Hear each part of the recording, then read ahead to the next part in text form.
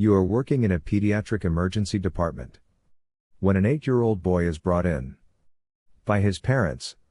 He was previously well, but developed vomiting and diarrhea for the past 24 hours.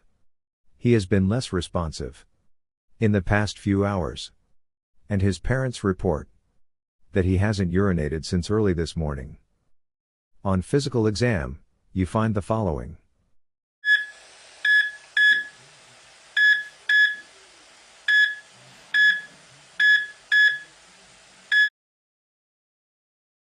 Question 1.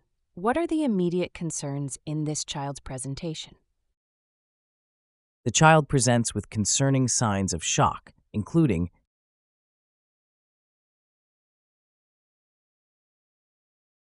possible hypotension given the blood pressure of 88/60, which is on the lower end for an 8-year-old.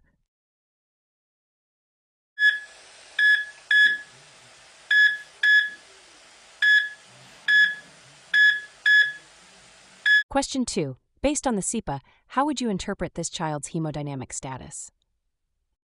The child's shock index of 1.7 is significantly above the age-adjusted SEPA cutoff of 1.0, indicating severe hemodynamic compromise.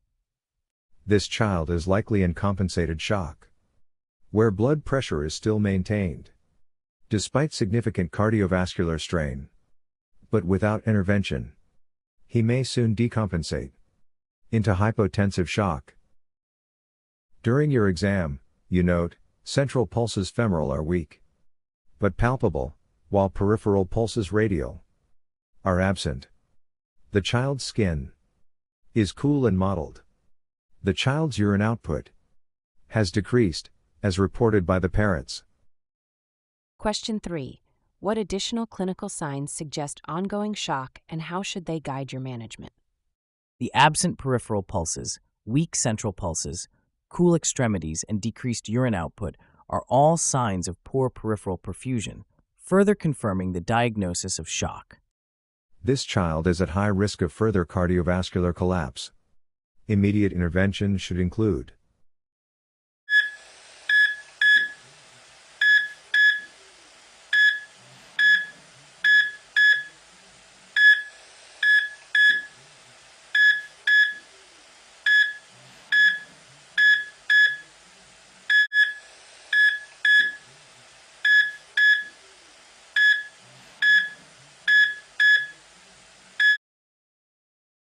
Question 4. How would you assess the effectiveness of the treatment, and what is your next step in management? The child's improvement in heart rate, capillary refill time, and blood pressure suggests a positive response to fluid resuscitation. but the patient is still lethargic and not fully recovered. Ongoing management should include